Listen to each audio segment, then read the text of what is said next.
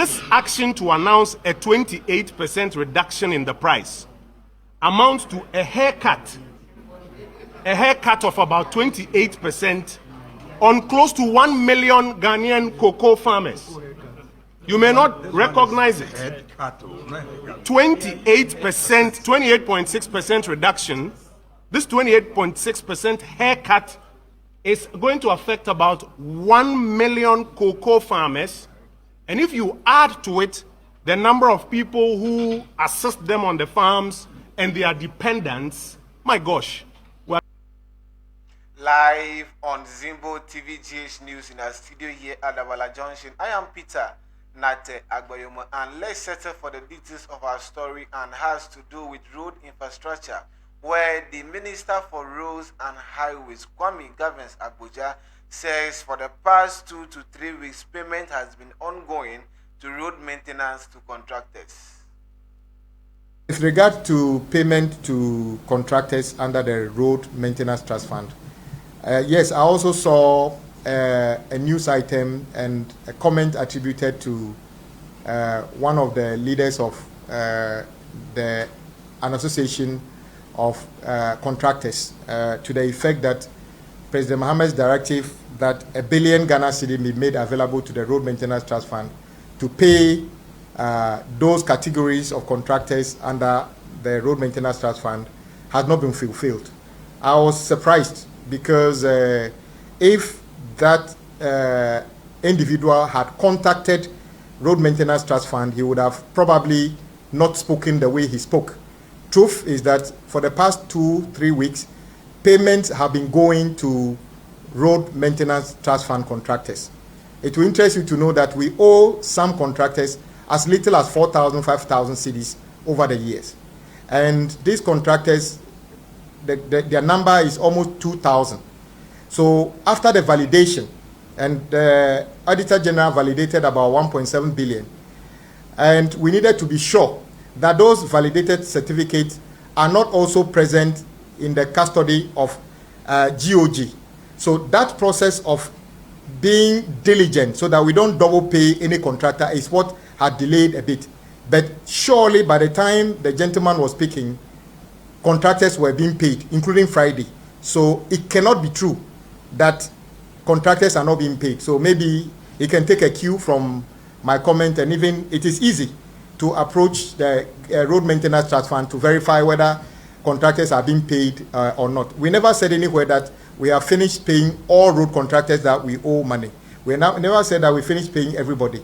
So indeed, President Mohammed's promise of releasing 1 billion Ghana cedi for payment of road maintenance contractors have been fulfilled.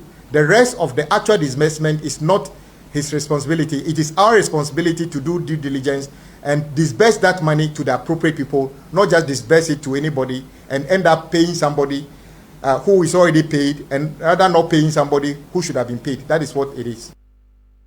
He says the Suame interchange was redesigned as a 3-tier facility to avoid costly demolitions and extra 100 million expense.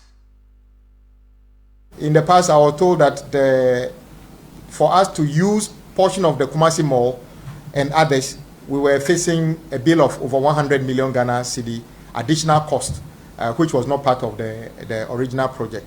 And that would have been a big problem. So we are not saving any money, but rather we are not losing any money of the cost. We are trying to stay within the project cost. And let me repeat, no one is taking 1 cedi away from the original project cost anywhere. Whatever we are saving on the 4th tier will be applied to enhance the project better, because we are spending, if the issue is about addressing the congestion in Suame interchange, rather we are adding 3 billion Ghana cedi extra to address the same problem, which means that we are getting much more road and much better interconnection within the Greater Kumasi area. Away from that, the Honorable Minister for Trade, Agribusiness and Industry, Elizabeth Ofosu-Ajari, has reaffirmed government's commitment to strengthening homegrown production and expanding local cocoa processing. She emphasized the need to move beyond raw bean export by investing in value addition, industrialization, and agribusiness development to minimize revenue, create jobs, and position Ghana competitively in the global cocoa chain. Today, we are here basically in our bid to add value to raw material that we produce in Ghana. It is the only means by which we can create jobs for our team. It is the only way that we can make our economy very strong. We are enjoying a strong city, and by doing this, we are even going to enjoy a stronger city. And so today we are here to make sure that we talk to industry, know what their challenges are, and solve them so that they are able to process our cocoa right here in Ghana. Can you imagine what will happen to our employment front if 50% of our cocoa is produced right here and processed right here? I'm sure the answer is what you are thinking. And so today the Minister of Finance is here at the Ministry of Trade, Agribusiness and Industry so that we engage industry, know their challenges, and make sure that even before the season ends, they are able to upskill, they are able to process more, and the next season will even be better. We thank you for attending on to us even on short notice, and we know that at the end of the day, issues of industry will be solved, and the agribusiness subsector would have delivered their mandate very well. I thank you very much for coming. Now to the minority still on cocoa, the ranking member on the Finance Committee and former Finance Minister Dr. Enim Adam says mismanagement of the cocoa sectors by the NDC government has caused the current crisis. His question, they say what they are better managers of the economy, but an economy that is better managed cannot pay cocoa farmers. They say they are better managers of the economy. An economy that is better managed cannot pay cocoa farmers. An economy that is better managed reduces the producer price of cocoa. And so Ghanaians can see the deception and the narrative that the NDC government brought to them about our government, the previous MPP government, as having badly managed the economy. Ghanaians can now see who is better managing the economy. Ladies and gentlemen, the cocoa of Ghana, Ghana's cocoa, is now considered more expensive. And this has been confirmed by the CEO of COCOBOD, my friend Randy Abbey. He has confirmed in an interview that Ghana's cocoa is now more expensive, and therefore consumers are turning away from Ghana's cocoa, as a result of which demand for Ghana's cocoa has fallen. The reasons for this are not far-fetched. We warned this government about the reckless overvaluation of our currency. We warned them several times that these dollars they are pumping into the economy, that reckless intervention. Last year alone, they intervened to the tune of 10 billion United States dollars. The trend has continued. That reckless overvaluation of our currency will affect our economy. Because those of you who understand economics know that when you overvalue your currency, it adversely affects the export competitiveness of your country. And so, is it surprising that the competitiveness of cocoa on the global market is reducing? Is it surprising? Away from him, the Member of Parliament for Ofuasi Aribe, still on the minority, Kochi Opon Nkrumah says reducing the cocoa producer price by 28.6% amounts to a haircut for nearly 1 million Ghanaian cocoa farmers, impacting them and their dependents. This action to announce a 28% reduction in the price amounts to a haircut of about 28% on close to 1 million Ghanaian cocoa farmers. You may not recognize it. 28%, 28.6% reduction. This 28.6% haircut is going to affect about 1 million cocoa farmers. And if you add to it the number of people who assist them on the farms and their dependents, my gosh, we're getting to maybe 3-4 million people are going to be affected by this haircut that the NDC government has announced.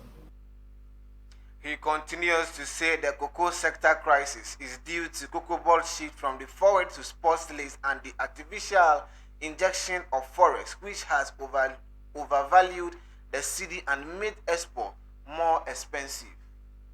Two main causes of the crisis we're having in the cocoa sector now. Two main causes. Number one is that the new managers of the cocoa sector have reset the trading program of COCOBOD. We used to sell about 70% on forward sales and 30% on spot.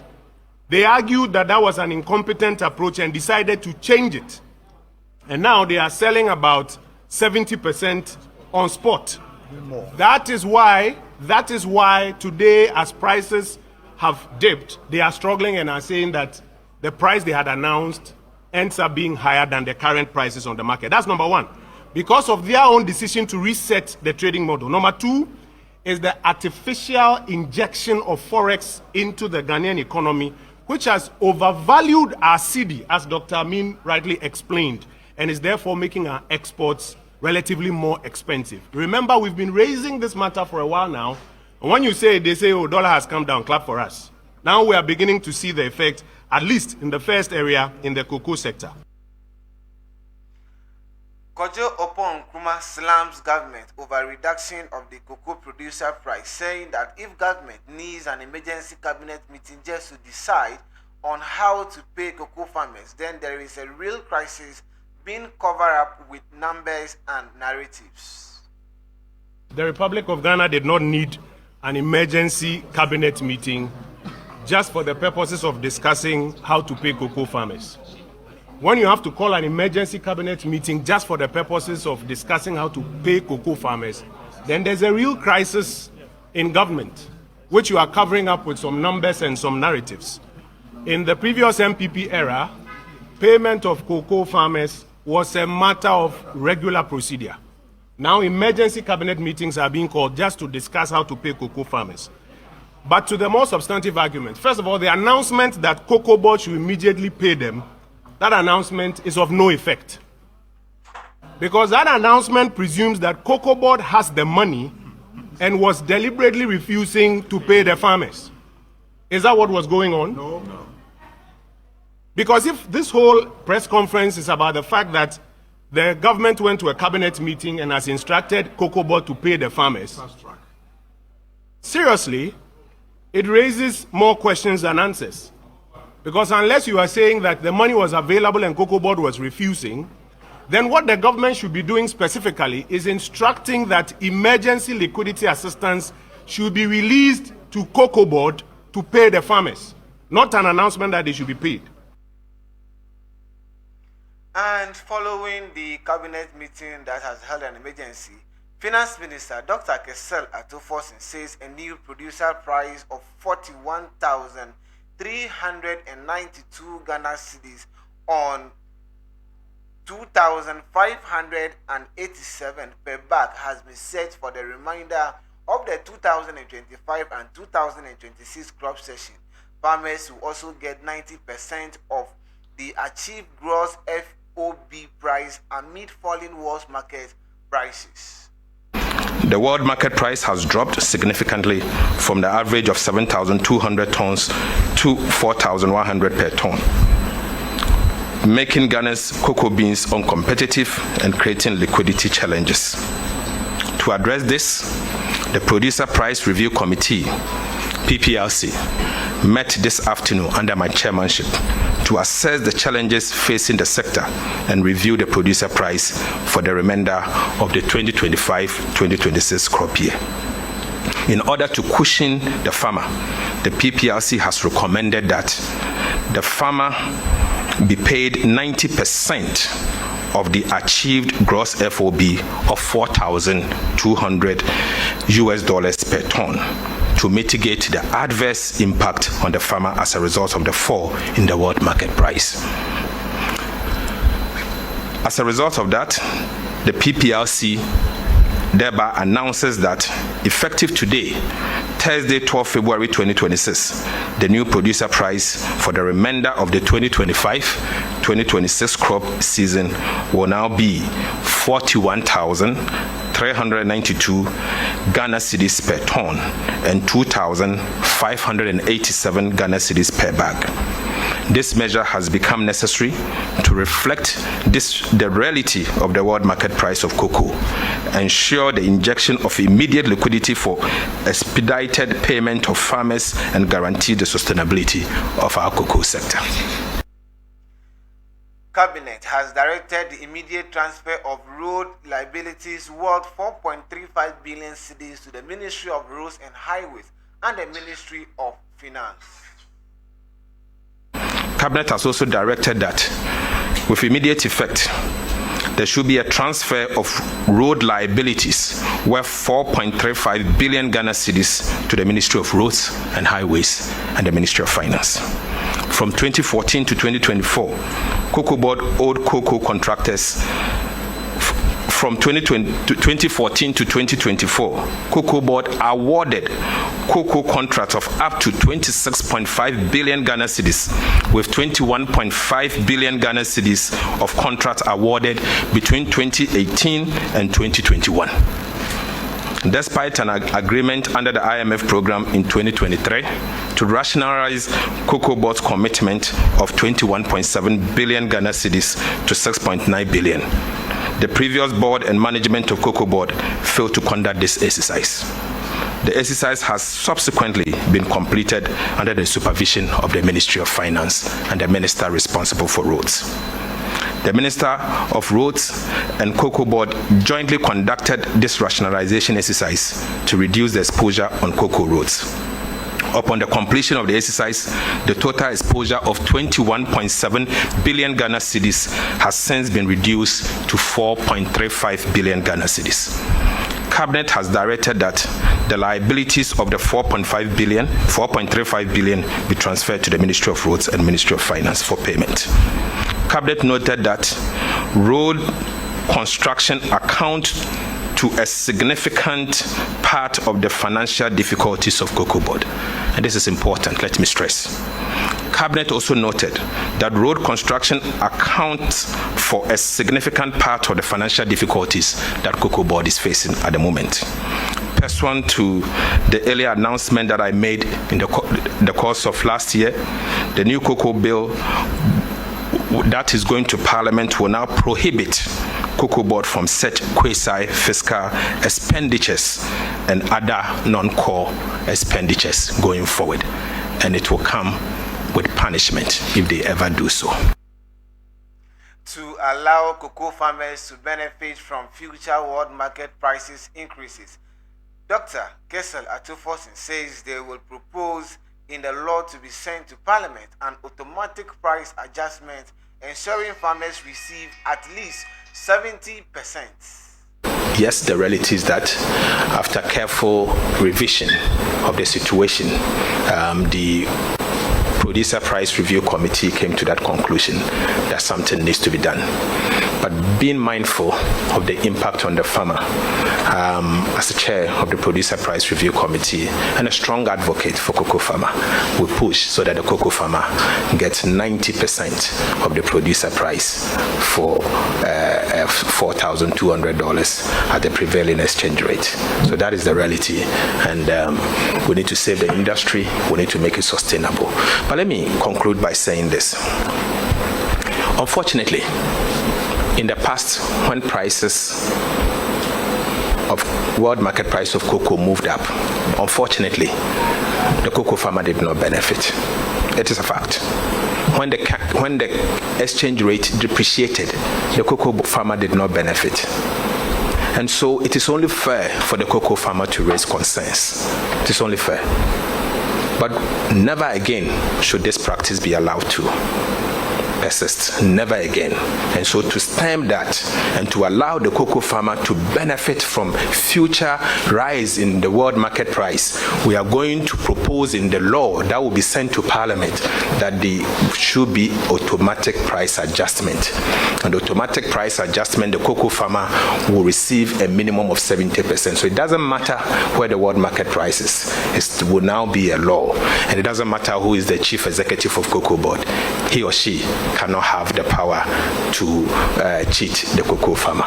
And so going forward, the cocoa farmer will be protected, and that is the essence of some of the essence of what we addressed today. So that will be addressed, and the cocoa farmer will be fine. Thank you very much. Ending our news broadcast today is the Minister for Finance, Dr. Kesel Ato Forsen.